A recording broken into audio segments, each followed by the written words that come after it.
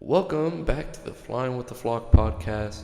I am your host, Matt, and welcome to episode 5, I believe. It's been a couple weeks since I've recorded, so I'm forgetting a little bit.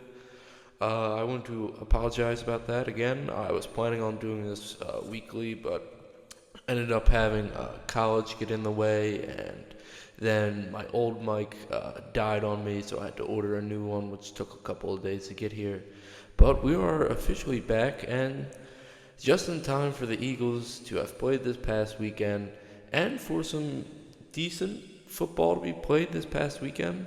So we'll dive into that. But I just wanted to say sorry again for making you guys wait for this episode, but it was worth it.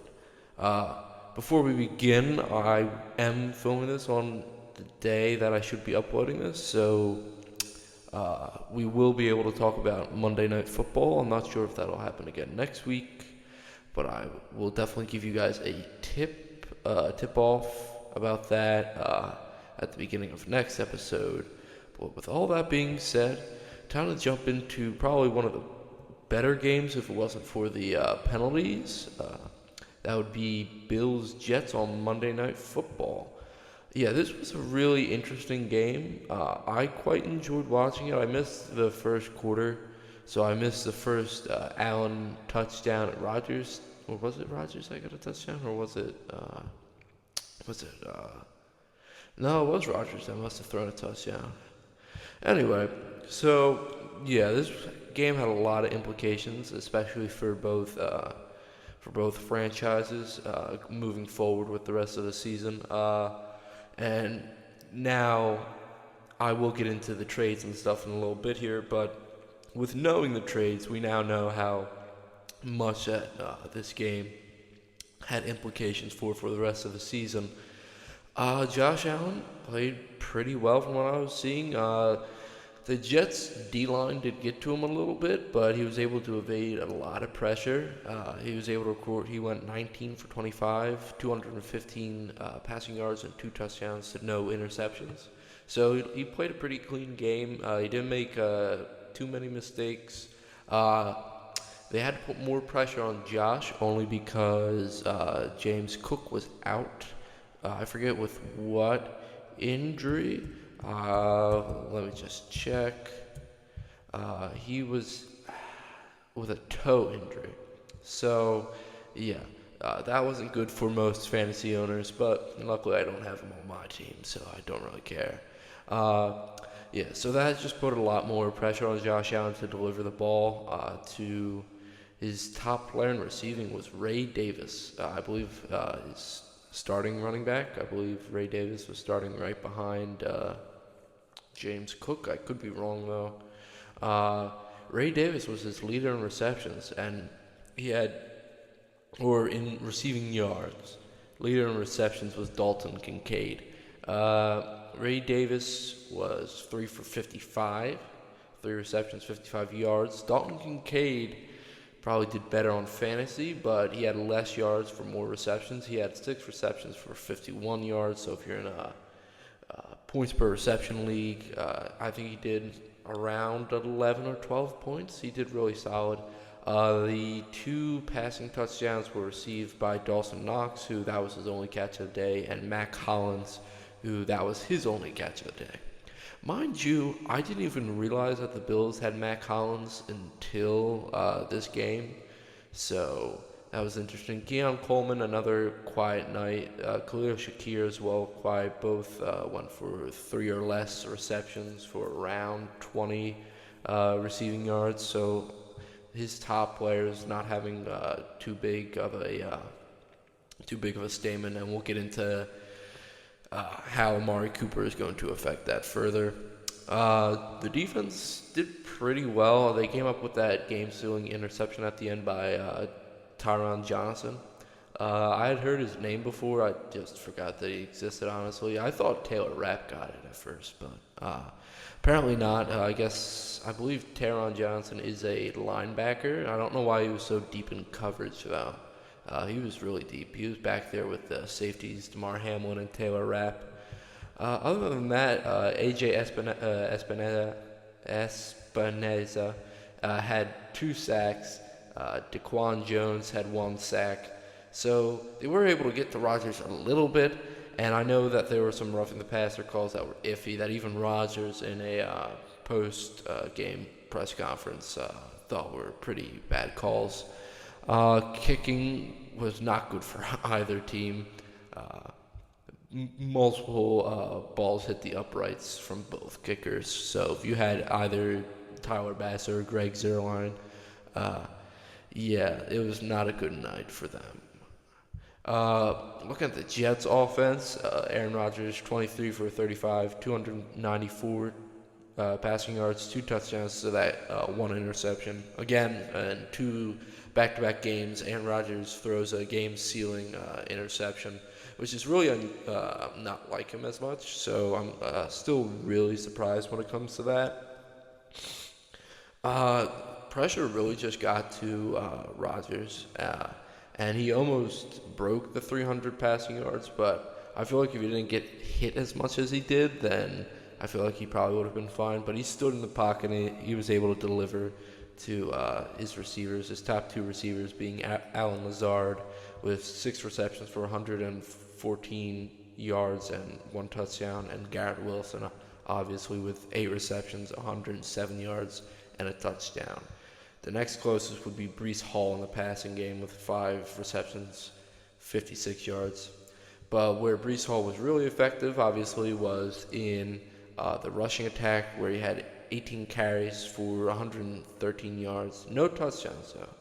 No, he averaged around 6.3 yards per carry, which is really good for a running back. His complimentary running back, Braylon Allen, only 3 carries, 8 yards this game. I was expecting maybe a little bit more of him, especially in the passing, where he went 0 for 0. Similar to Mike Williams, who I believe is also now on the trade block for the Jets, now that they have Davante Adams. But we'll get to that in a second and the implications of that. So defense really didn't get to Josh that much. I believe they only have 2 sacks. Let's see. I feel like they had more pressures than the sacks. I remember seeing Allen having to bounce around the pocket a little bit, being a little bit antsy when it came to trying to find his first read or second read. Will McDonald and Quentin Williams both got home for 1 sack apiece. So, no interceptions. This defense was good, just not good enough. It was a decent showing for first-time head coach. What's his name? Hold on, I have it written down here. First-time head coach Jeff Ulbrich. He definitely earned my respect, especially keeping up with Sean McDermott and the Bills, who, in my eyes, are still one of the better teams in the league. So if he's able to do that, and apparently he does have the locker room behind him, according to Aaron Rodgers, but we'll see about that as the season goes on. It looks promising. Jeff Ulbrich just has to focus on his defense and let the offensive coordinator fix the offense. The offense didn't look horrible. Rodgers just has to not turn the ball over as much. But that might be a little bit easier with their incoming piece, Davante Adams. I believe they're paying the rest of his contract. The Raiders would not trade Davante Adams without the rest of his contract being picked up by the other team. They were not willing to pay any, so I'm assuming that the Jets are now paying Davante Adams the rest of the 3 years, the full money, rather than the Raiders pitching in.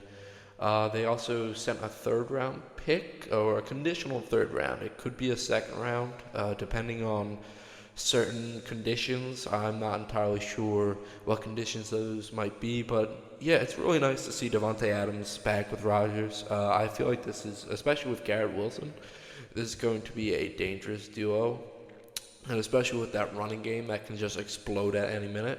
You're going to have to try to play man coverage, which Rodgers hasn't been great against this year so far. And Davante Adams is amazing against man coverage. So you're going to have to pick and choose your battles. And we're definitely going to see a more explosive Jets offense, I feel like. It might take a week or 2 to click.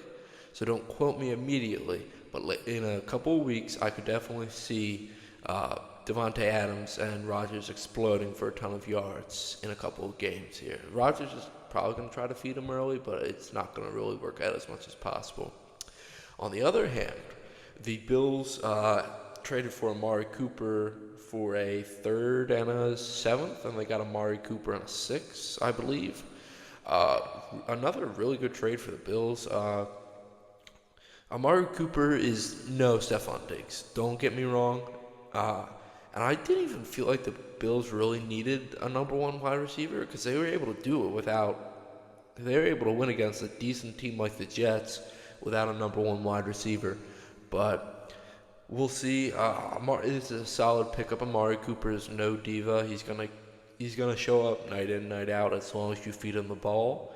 But he had a couple of drops early this season, but he was really consistent up until the Eagles game, which I didn't see him at all, which we will get into in a minute.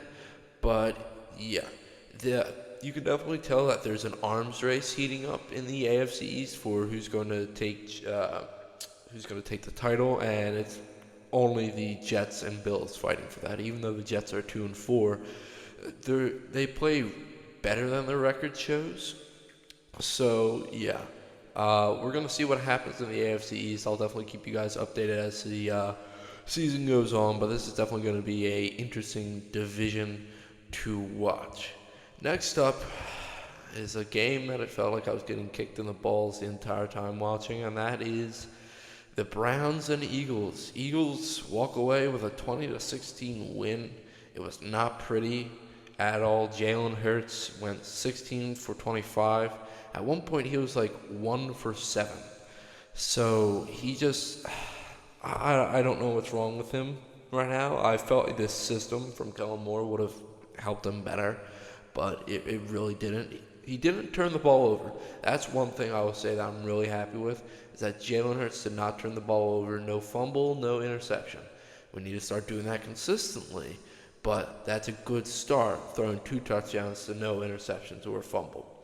He had 264 passing yards, with the leader of that receiving being A.J. Brown with 6 receptions, 116 yards, and a touchdown.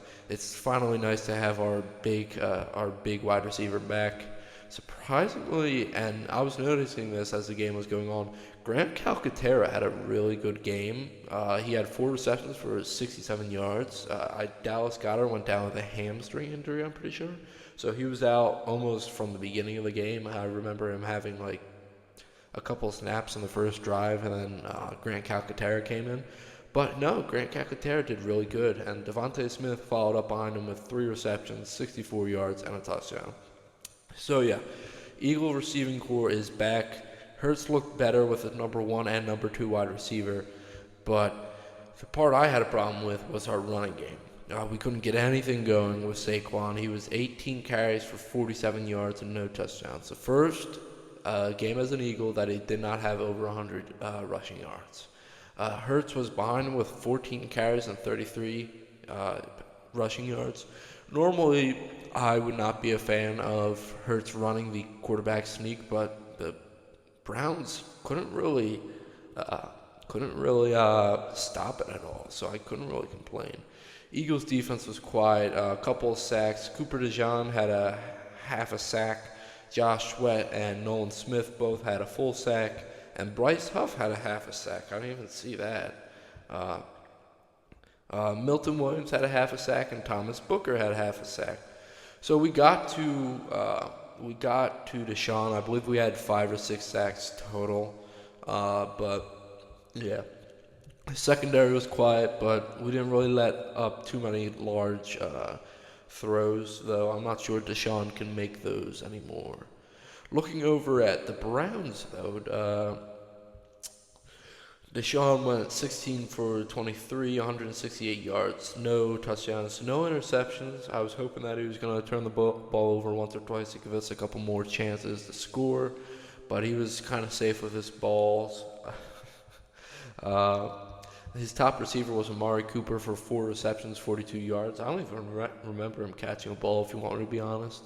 We kind of just focused in on him, and the rest of the team really didn't do much behind him either. Pierre Strong Jr., I don't know who that is. That's their starting running back. Oh, yes, that's their starting running back. Well, no, Deontay Foreman is their starting running back, so I'm not sure who he is.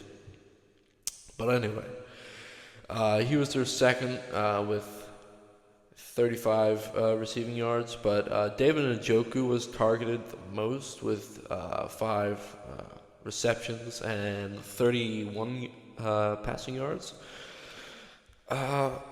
There's nothing I could really say. I don't think the Browns would have been in that if Myles Garrett did not block that field goal. They would have had no chance if he had blocked that field goal. But yeah, it's just a really sloppy game. I did not enjoy watching this game. I know Nick Chubb's coming back to the Browns against the Bengals. I'm not sure if that's this week or the following week, so don't quote me on that. But I know he's coming back soon, but you're just probably the rest of this year, it's going to be a bad year for the Browns because they just traded away Amari Cooper. So they really have to rely on Jerry Jeudy and Elijah Moore and David Njoku to step it up in the receiving game. All right, so moving on, we're going to look at the recap of all the other games that happened this week. Starting off, we have Seahawks 49ers. From what I remember, this was a really good game. It was a really good game for Brock Purdy. He went 18 for 28, 255 yards, and 3 touchdowns, so no interceptions.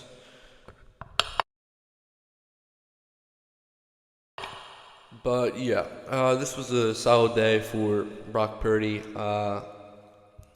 His top receiver was Debo, who had 3 receptions for 102 yards and a touchdown. Kittle was right behind him for 5 receptions, 58 yards, and 2 touchdowns.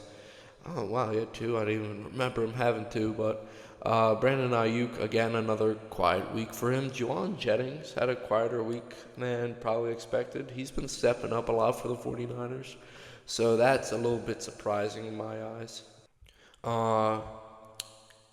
Rushing was a little bit all over the place. You had a guy that I've never heard before, Isaac Grendo. I don't know how to say that name, but Isaac Grendo, 10 carries for 99 yards, no touchdowns. Jordan Mason had only 9 carries for 73 yards, so they're doing it by committee at this point between the two.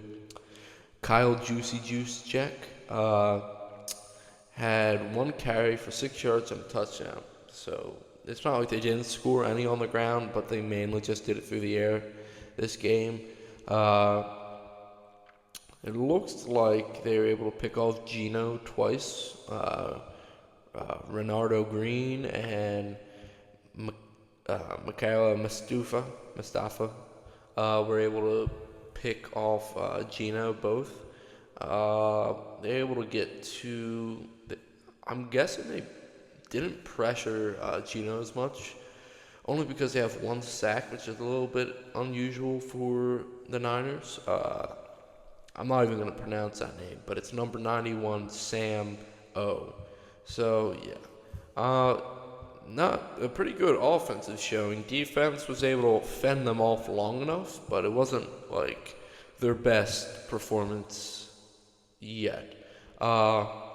Geno Smith for the Seahawks went 30 for 52. Anytime that you force your quarterback to throw it over 50 times or even 45, you're going to see a lot of turnovers and you're probably going to lose. He threw for 312 passing yards, a touchdown, and 2 interceptions. His top receiver being Noah Fant for 6 receptions, 63 yards. Tyler Lockett being right behind him for 4 receptions, 65 yards, and a touchdown. DK was really quiet, 3 receptions for 48 yards. JSN, 5 receptions for 53 yards. So he was able to spread the ball out a bit. Kenneth Walker was not great because he had four carries for 32 yards and a touchdown. That was severely underperforming. If they cannot get this running game going at a solid pace, they're not going to win. And their defense was nothing of note. So yeah, that is just not really a good look for the Seahawks at the moment. I'm just going to briefly touch on this game. Bears, Jaguars, the second London game. I was able to watch this while I was working.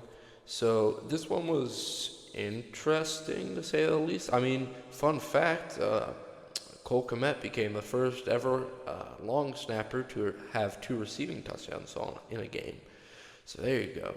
Trevor Lawrence looked okay at best. He didn't look that great. His numbers are better than what the eye test says. He went 23 for 35, 234 passing yards, 2 touchdowns, and an interception. They eventually brought in Mac Jones, who went 1 for 1 for 6 passing yards. We'll see if eventually Mac Jones gets the nod and they try to send Trevor off to somewhere else. I don't know.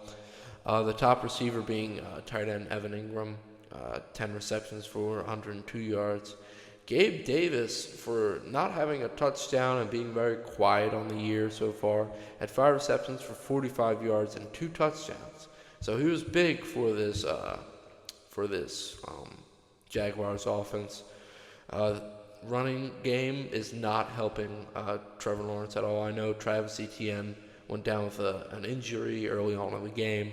They had Ernest Johnson was their top rusher with 6 carries for 28 yards, no touchdowns. With Tank Bigsby having 7 carries for 24 yards. This was normally I would say that this is just the Bears outplaying the Jaguars, but the Jaguars look bad still. Honestly, Jaguars fans, there's not too much hope for your future when it comes to winning. I think you guys have to get rid of Doug Peterson, but we can talk about that more in depth later on in the season when we talk about what teams have to do to win this year or next year. Next up, looking at the Bears, Caleb Williams, another probably his biggest day so far of his career. 23 for 29, 226 yards, 4 touchdowns, and an interception. I don't even remember him ever having an interception, so it must have been really early on in the game. His running game really helped him out. DeAndre Swift had 17 carries for 91 yards and a touchdown. He looked really good. He looked a lot better than he has, especially over the past couple of years. Caleb Williams had 4 carries for 56 yards. At one point, he couldn't even throw one drive, so he just had to run the entire time. The Jaguars defense did cover the low stuff, and he wasn't able to get the deep ball yet. Cole Kmet, obviously 2 touchdowns on the day, 5 receptions, 70 yards. Keenan Allen, for coming back, another big day as well. 5 receptions, 41 yards, and 2 touchdowns. Rome Odunze, 2 receptions for 40 yards. DeAndre Swift, 4 receptions for 28 yards. DJ Moore, 4 receptions for 20 yards. Obviously, with this offense, somebody's going to get overshadowed every game, but it just was unfortunately that it was DJ Moore. Good win for the Bears. Jags, you guys are a mess, even in London, which is basically your home at this point, so we're just going to have to see them push through. Next up on the docket, we have Bucks Saints. I'm going to keep this one quick because I didn't really see this one until the end. I know the Saints scored all 27 points in the second quarter and could never score again. They just completely stalled out. They had Spencer Rattler at quarterback. He went 22 for 40, 243 yards, a touchdown, and 2 interceptions. Normally with a rookie quarterback, you would want a good running game behind him, but Alvin Kamara was 13 carries for 40 yards and a touchdown. So, they put a lot of pressure on Spencer. I never really thought he was going to get a start, at least this early, but with Derek Carr being out, it was their best option. And it's not like he played horrible. You have to expect 2 interceptions when it comes to a rookie quarterback's first outing. Their top receiver was Bub Means? Who the hell is Bub Means? What? So Bub Means is their top receiver with 5 receptions, 45 yards. I don't even know. Hold on, let me. Bub Means. What position does he play? He's a wide receiver. Okay. So they hit Bub Means for 5 receptions, 45 yards. Foster Moreau led the team in receiving yards with 2 receptions for 54 yards. Other than that, it looked like Rattler was able to spread the ball out, but he didn't hit his big targets of Chris Olave or Rashid Shaheed that much. Alvin Kamara had 5 receptions for 24 yards, but still it's not enough to get over this explosive Tampa offense. Baker looked really pedestrian during this game, I have to be honest. I was expecting more from him. 24 for 36, 325 yards, 4 touchdowns and 3 interceptions. I believe all 3 came within the second quarter, but I'm not entirely sure. And which is weird because the rushing game took a lot off his back. I mean, Sean Tucker, their top back of this game, had 14 carries, 136 yards, and a touchdown. Bucky Irving had 14 carries, 81 yards, and a touchdown. So, yeah, it's not like he had nobody running the ball, which put more pressure on him, which boggles my mind even more. Chris Godwin had a big game. I have him on fantasy, so I already knew that he had a big game. 11 receptions for 125 yards and 2 touchdowns. Here again, we have Sean Tucker, 3 receptions for 56 yards and a touchdown. Mike Evans weirdly had a quiet day with only 2 receptions for 34 yards. He's been having that recently where it's just like he has a really big day and then he's just completely quiet. Other than that, the Saints kind of blew this. If they would have kept the momentum going, it would have been fine. But they have to regroup and try to figure out what they're supposed to do, especially against a team like the Broncos this week. Definitely one of the bigger games this week. We had Ravens Commanders. Jaden Daniels did enough to keep them in it, but not enough to get them over the hump. Jaden Daniels went 24 for 35, 269 passing yards, 2 touchdowns. He was also their leading running back, which is probably their biggest issue right now. 6 carries for 22 yards. With Austin Eckler having 9 carries for 21 yards. So if they can't get this run going, they're going to continue to lose to good teams like the Ravens because they can't open up that play action. Zach Ertz was their top receiver in yards with 4 receptions, 68 yards. But Scary Terry did show out today, 6 receptions for 53 yards and 2 touchdowns on the day. Defense looked like they turned Lamar over once. Mike, number 0 on the defense, Mike Sanristil. There we go. Yeah, but it didn't really look like the Commanders were effective enough. I'm surprised they were in this. They only lost by 1 touchdown, so I'm surprised they were in this. But I'm pretty sure that's just Jaden Daniels trying to will them in to a win. Lamar Jackson looked pretty good, 20 for 26, 323 yards, a touchdown and an interception. Derrick Henry was the story of the day, though. 24 carries, 132 yards, and 2 touchdowns. Zay Flowers, a big day as well.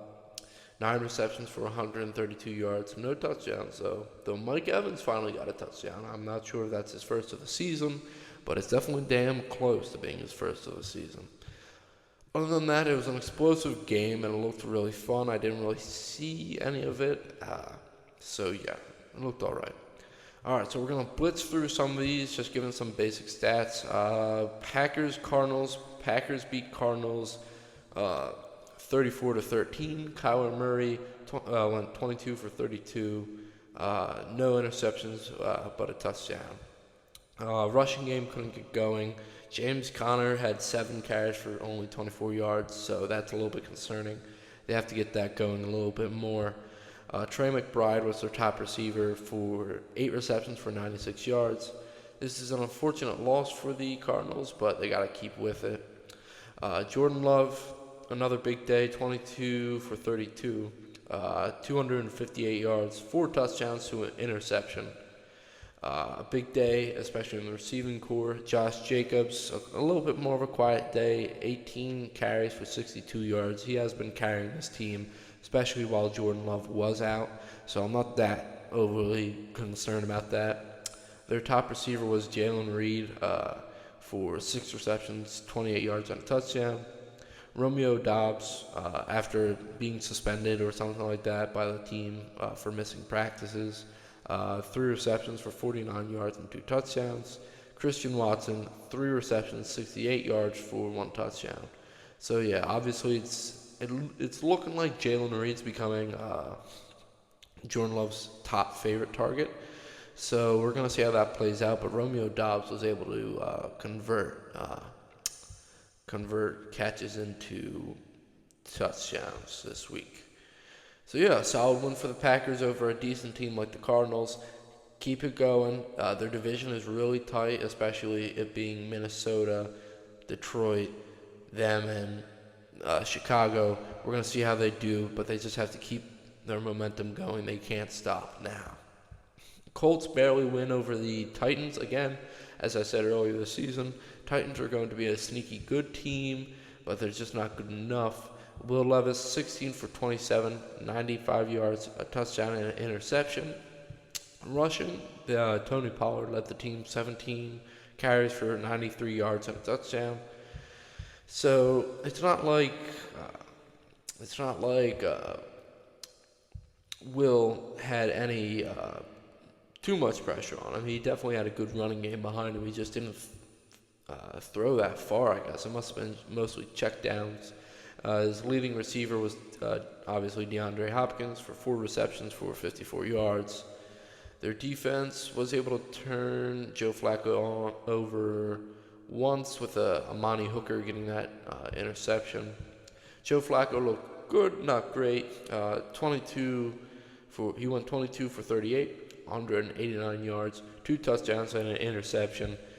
His rushing game really wasn't there. I'm not sure what happened. I believe Jonathan Taylor is injured anyway, which means that their top back technically was Trey Sermon, who went 18 carries for 29 yards, but Tyler Goodson, I don't know who this is, but he had 8 carries for 51 yards. So unless I think if Jonathan Taylor's out next week, that should be their top back. But I guess until proven otherwise, Trey Sermon's going to be their top back.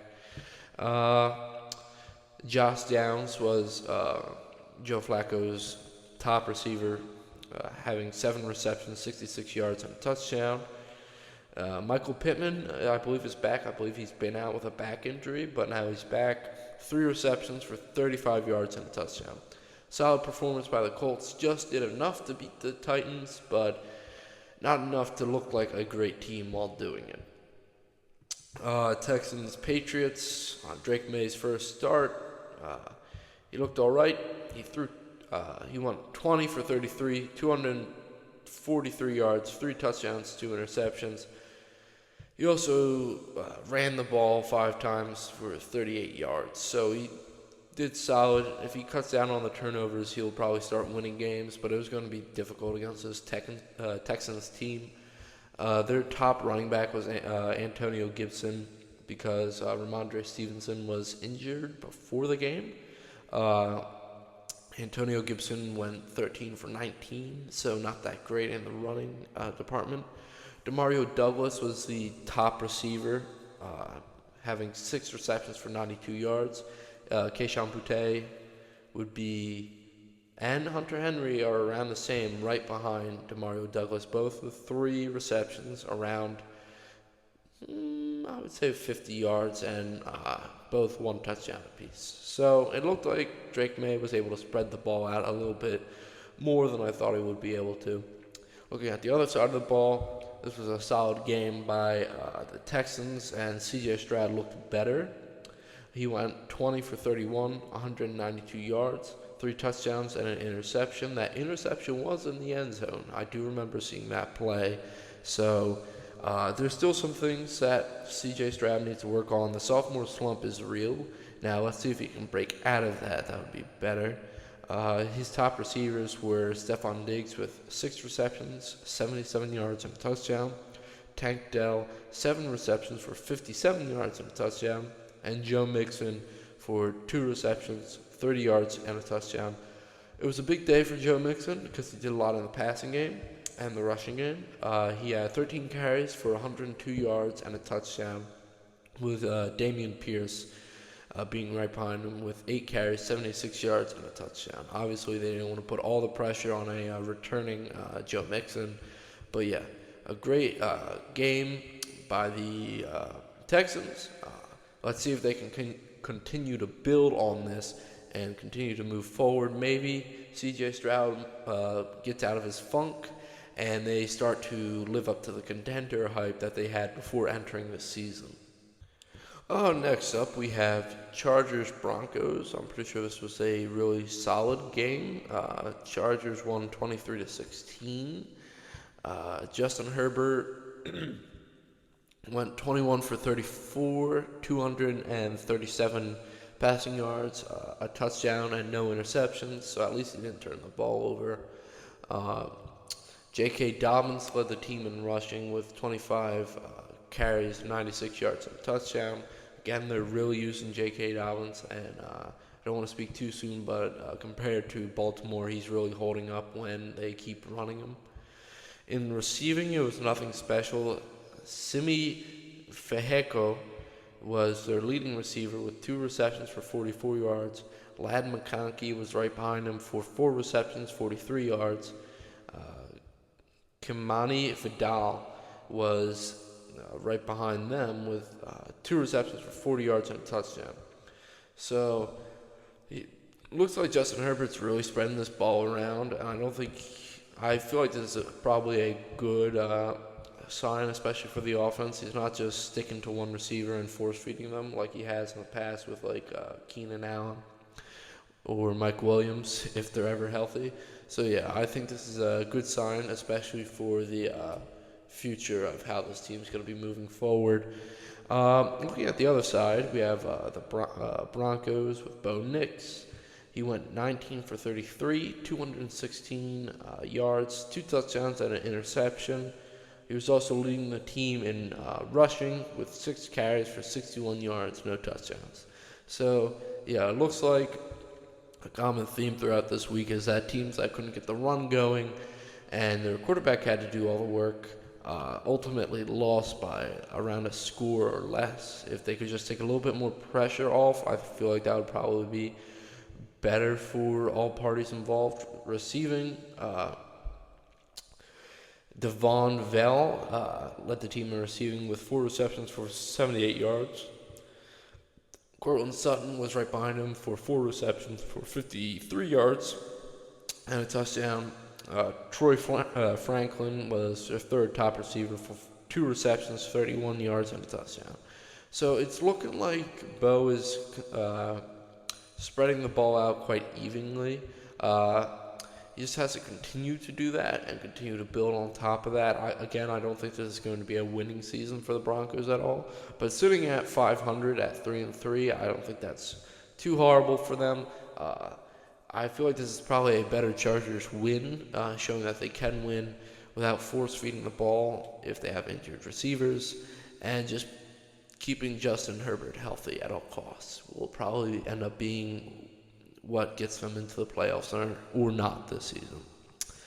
Next up on the docket, we have the Steelers and Raiders. Steelers beating the Raiders 32-13. Justin Fields went 14 for 24, 145 passing yards, no touchdowns. On the ground, he went 11 carries, 59 yards, and 2 rushing touchdowns. So he was quite effective both in the air and on the ground. Najee Harris was quite effective on the ground as well for 14 carries, 106 yards, and a touchdown. The Steelers are at an interesting point, and we'll talk about this in a couple minutes. Under quick notes, they have Russell Wilson, and he's healthy, so what are they going to do from here? Looking at receiving, George Pickens was their leading receiver with 3 receptions for 53 yards, no touchdown. The rest of the platoon was also quite quiet when it came to receiving.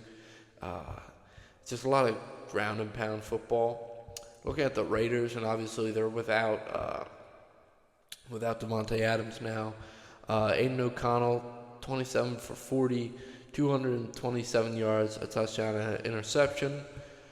That's pretty pedestrian at most. I mean, that's what happens when you force a sophomore quarterback to throw around 40 times. He's going to get you okay, but you have to have a good running game behind that with Alexander Madison, 14 carries for 33 yards and a touchdown. That's okay. And again, the Raiders lost by a couple of scores, and they couldn't get their running game going, which put a lot more pressure on Aiden O'Connell, which made him turn the ball over once or twice. Aiden O'Connell's top receiver was Brock Bowers, who had 9 receptions for 71 yards, with the next closest being Alexander Madison having 5 receptions for 32 yards. The only passing touchdown, I think, was to Christian Wilkerson, who had 2 receptions, 18 yards, and a touchdown. Honestly, Raiders, I had high hopes at the beginning of the season, but now that Aiden O'Connell is starting, I kind of have less hopes. You guys were looking to move on from him in the draft anyway, but that didn't exactly work out. So we're going to see what happens to both these teams. They're both at interesting passing points, with now Devontae Adams being out of the Raiders building and Russell Wilson coming back into the Steelers. We're going to see what happens with both teams. I'll definitely keep you guys updated over the next couple of weeks. But yeah, Raiders, it's not time to pack it in yet, but if you guys can't start stringing some wins together, it might be time to just tank and try to get a top quarterback like Quinn Ewers in the draft. Next up, we have the Falcons-Panthers. Falcons beat the Panthers 38-20. Kirk Cousins went 19 for 30, 225 yards, and a passing touchdowns. No turnover, which is good. In the rushing game, they did a lot. They did a lot more rushing than they did passing. Tyler Algier had 18 carries for 105 yards and a touchdown. Bijan Robinson had 15 carries for 95 yards and 2 touchdowns. Receiving, Kirk Cousins' top receiver was Drake London, who had 6 receptions for 74 yards and a touchdown. Kyle Pitts, 3 receptions for 70 yards, no touchdowns. I feel like he probably would have been classified as having a better day if he had that touchdown, but that's all right. Yeah, he's looking better than he has in the past. He's not the superstar that we were promised, but he's still a really good tight end. I'm just going to briefly go over Andy Dalton's day. It was garbage.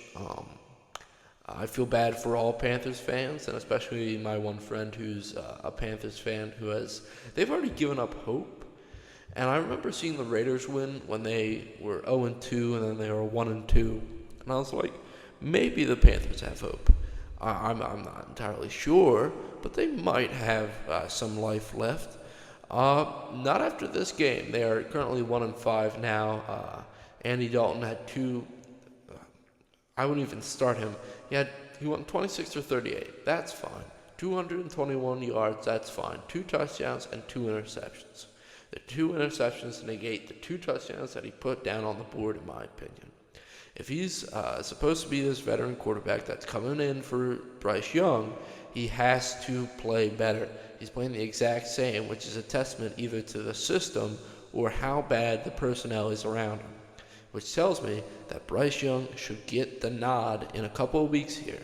I think it's going to be soon that we see Bryce Young suit back up, and he might play better than he did, but don't quote me on that, because I said that before the season started. And looking at the Panthers, they're 1-5, and my prediction for them is, I forget what it was, but it's probably nowhere close to that.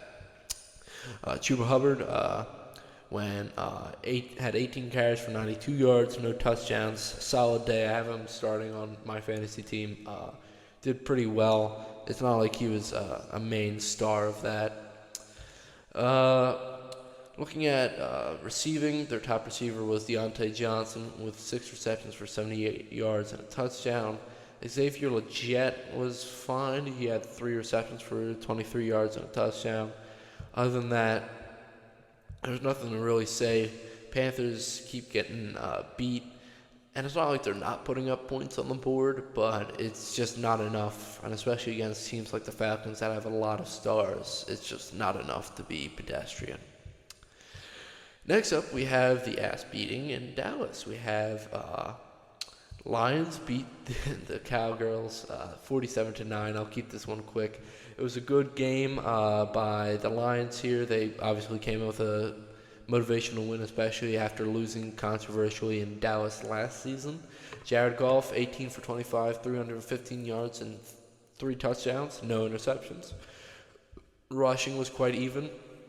Again, it's kind of a pick and choose who you're going to start that week in fantasy, whether it's David Montgomery or Jahmyr Gibbs. Both had 12 carries, just David Montgomery had 80 carries, 2 touchdowns, whereas Jahmyr Gibbs had 63 yards and no touchdowns. Receiving, Jameson Williams led them in yards with 3 receptions, 67 yards, and 1 touchdown. Sam Laporta had 1 reception, had that 1 big play for 52 yards and a touchdown. Amon-Ra St. Brown a little bit quieter of a day than I thought it would have been. 4 receptions for 37 yards and a touchdown. I'm just going to briefly touch on the Cowboys. Dak Prescott went 17 for 33, 178 yards and 2 interceptions. Cooper Rush came in the fourth quarter and went 8 for 11, 46 yards and an interception. They couldn't get anything going on the ground with Rico Dowell being 5 for 25 and Zeke going 8 for 17. The reception, their top receiver obviously was CeeDee Lamb with 7 receptions and 89 yards. The Cowboys just couldn't stop this Lions team, and they couldn't get anything going against this Lions team. Honestly, like I said earlier, this Dallas team isn't as good as everybody thinks, or everybody thought, because now everybody knows that they're not as good as they thought. So yeah, realistically, Dallas might end up being 3rd in the division if they keep playing like they did, if they don't turn it around, if Dak doesn't figure it out. Cooper Rush didn't look horrible. He only had 3 incompletions on 11 passing attempts, so we're going to see what happens down in Big D, but I'll keep you guys informed when I find out any major news down there. And to a game that I missed, and I didn't really care about missing, Bengals-Giants. Bengals beat the Giants 17-7. Joe Burrow went 19 for 28. 208 yards, no passing touchdowns, but he had a long rushing touchdown. He also led his team in rushing for 4 carries, 55 yards, and a touchdown, with Chase Brown being right behind him with 10 carries, 53 yards, and a touchdown. Again, a major hole in the Bengals' offense is their rushing attack. They really don't have it anymore, which doesn't open up for their passing attack. Though they did have a decent night with their top receiver being T. Higgins for 7 receptions, 77 yards. Jamar Chase being 5 receptions, 72 yards. And Andre Isavoshi being 2 receptions, 36 yards. He had that 1 clutch, long 3rd down catch. Their defense wasn't really able to do anything. They were able to pick off Danny Dimes once by Jermaine Pratt. But yeah, I think the Giants really beat themselves here. Daniel Jones led the team in in passing, obviously, but also rushing. His receiving was 22 for 41, 205 yards, and an interception. And his rushing was 11 carries for 56 yards, no touchdowns. Again, another quarterback forced to run more and having a weak rushing attack, which they lose the game by a score or 2. Receiving is not anything special. I guess I'll just, for all the fantasy football nuts out there, his top receiver was Darius Slayton and Tyron Tracy Jr. Both have the exact same stat line of 6 receptions, 57 yards, and no touchdowns. I'm not even going to comment anymore on this game because it's really depressing just looking at that game. All right, some quick notes that we're going to go over here. We already touched on the AFC East turning into an arms race. Josh Allen and the Bills are finally playing well on both sides of the ball. While I've been away, they've been on a 2-game slide here, so it's nice to see them pick it up, especially against a good team like the Jets. The Bengals continue to struggle even against below-average teams like the Giants. I can't tell whether it's Joe Burrow not seeing the field as he used to, or if it's a new system, or if the rest of the team is just not up to snuff with him. Jamar Chase has been quiet the past 2 weeks. We're going to have to see them produce a little bit more, him and T. Higgins, if they're going to want to win. My MVP, Joe Burrow, isn't looking that good. And my Defensive Player of the Year, Aiden Hutchinson, was looking really good. That prediction was looking amazing until he gets injured with a season-ending injury, which means that I don't think I'm going to get any of my predictions for awards right this year. Next week's game against the Giants is a must-win for the Eagles and Sirianni. The Giants are coming off of a bad loss against the Bengals, so we have to go into their house and let Saquon run all over them. We're going to see what happens, but I don't think it's going to be as good as I want it to be. I would love a blowout. I would love just a classic Eagles blowout against the Giants. But realistically, I think it's going to be like a 24-10 win, and it's going to be another sloppy day, and I'm going to get pissed off just by watching this team struggle, even though it should be dominating. Rookies like Jaden Daniels and Caleb Williams continue to shine. Jaden Daniels has an easy outing against his next opponent, that being the Panthers. And then I forget who they have after that. I believe they have the Bears after that, which this week is Caleb Williams' off week. So he will return against Jaden Daniels. We'll definitely see a lot of fireworks in that game, and I'll definitely be watching that. I'll be excited to see what happens and who comes out on top. All right, so now we are going to take a look at quickly all the divisions around the league, where everybody stands. Bills are atop the AFC East at 4-2, with the Dolphins and Jets being tied around 2-4. And the Patriots being at the bottom of the division at 1-5. Chiefs lead the AFC West, obviously, at 5-0, with the Chargers and Broncos being tied for second with 3 wins. Though technically the Broncos are below the Chargers only because they have 3 wins and 3 losses, and the Chargers are 3 wins and 2 losses. Raiders are the bottom of the division with 2 wins and 4 losses. AFC North is really tight. At least between the top 2 teams, with the Ravens Steelers sharing first place at 4-2, Bengals coming in at third at 2-4, and the Browns sitting at the bottom at 1-5. Finally, another I don't even want to say interesting division.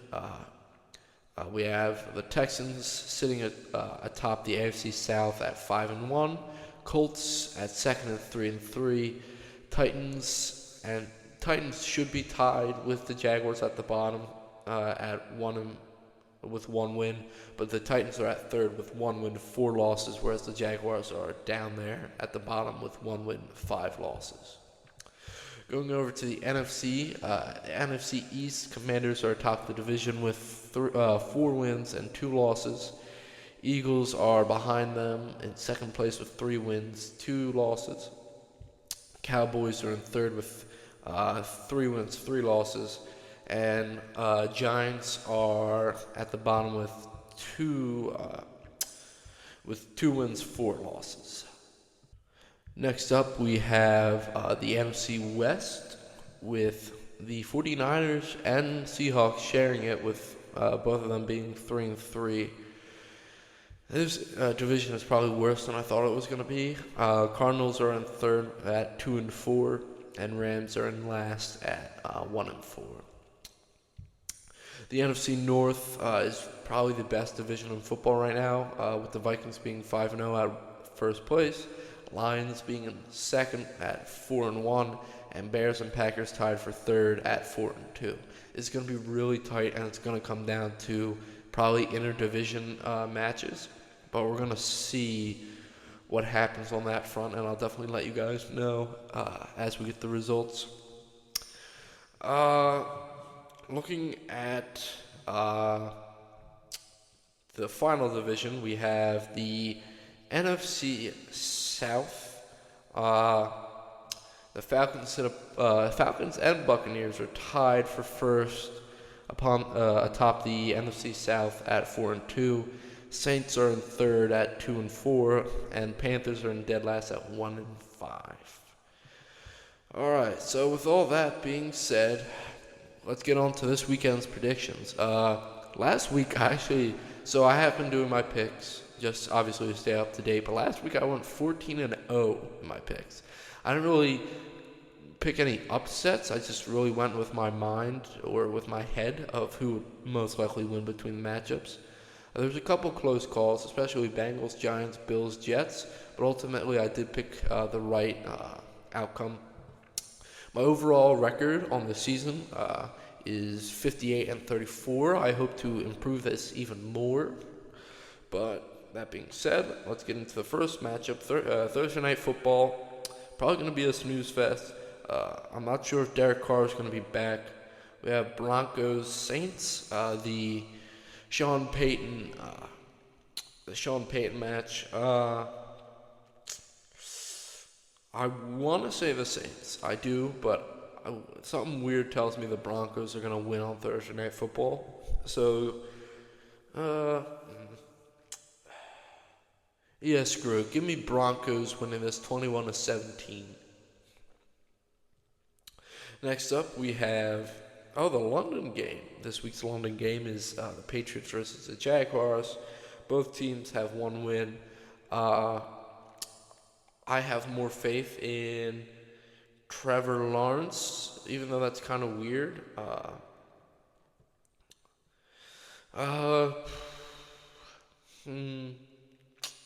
Yeah, give me the Jaguars winning this, probably 31-17 against the Patriots. Next up, we have Falcons Seahawks. Seahawks are still really banged up. And coming off that bad loss, I feel like the Falcons are going to win this. So give me the Falcons winning this. 28-24 probably. It's going to be a tighter game than most people think. Next up, we have Bills Titans. Give me Bills all day. Normally,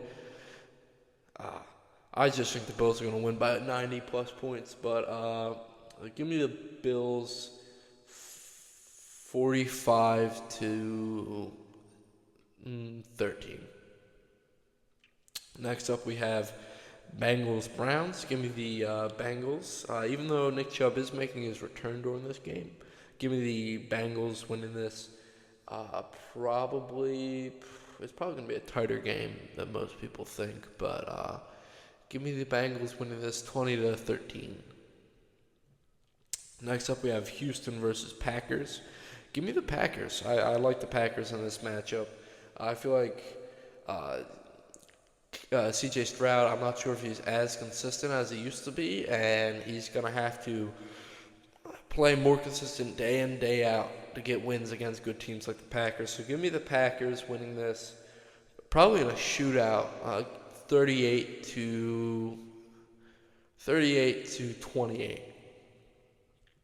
Next up, we have Dolphins Colts. Give me the Colts, even though I'm not sure who's starting quarterback for the Dolphins. I do believe if Joe Flacco plays for the Colts, give me the Colts all day. Give me the Colts winning. They haven't been that amazing, so give me the Colts 24-13. Lions Vikings. especially after the decimation of Dallas. Give me the Lions all day. Lions probably winning a shootout by 3 points. Give me the Lions 38-35. Next up we have the Eagles versus Giants. Give me Eagles probably in a Saquon circus game. Probably, I'm predicting his stats. I feel like Saquon has around 18 carries for 152 rushing yards and 2 touchdowns on the day. The touchdowns can be receiving or rushing, either one. So yeah, I feel like the Eagles have a big bounce back game, especially against a division rival like New York.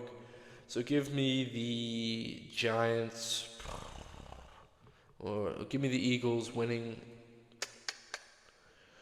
38 to 17. Next up, we have the Raiders versus Rams. Not sure who I really have faith in more. I guess if Matthew Stafford's playing, I believe Cooper Kupp's coming back soon, and so is Puka Nacua. I know Cooper Kupp's coming back sooner, so give me the Rams. Probably get a sneaky win, probably 20-17 with this game. Give me Commanders over Panthers all day. Probably Commanders have an inflated looking win. Probably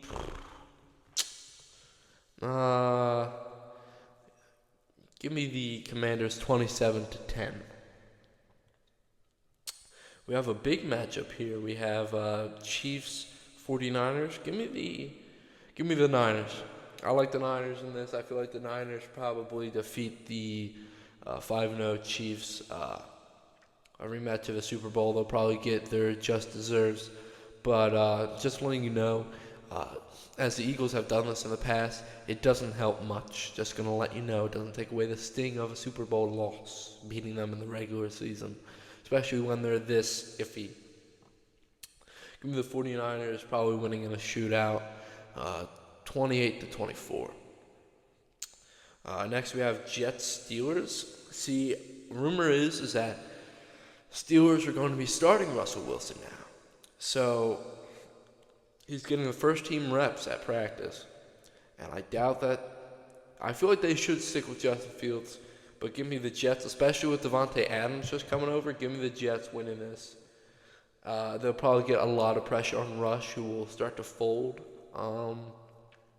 Give me Jets 31 to Steelers 20. Next up, we have Ravens-Bucks. With Baker's performance last week, I don't have as much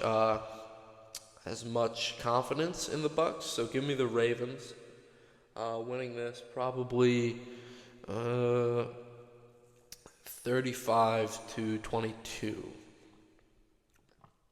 Finally, Monday Night Football that is locked. The second Monday Night Football. My apologies. Is Chargers-Cardinals. Going to be a really good game, I feel like. There's probably going to be a lot of fireworks, but still give me the Chargers. I think they're the better coached team. Give me the Chargers winning. Probably going to be another close game, so give me Chargers 26-20. All right, so that is it. I want to thank you guys for coming back. I'm so sorry about the delay on episodes. We'll be back doing weekly stuff, probably, hopefully, on Monday nights again. But I will definitely let you guys know. Feel free to follow my Twitter for updates and my opinions on the NFL at the moment. But until next time, I'll see you guys. This has been Matt, and I've been your host.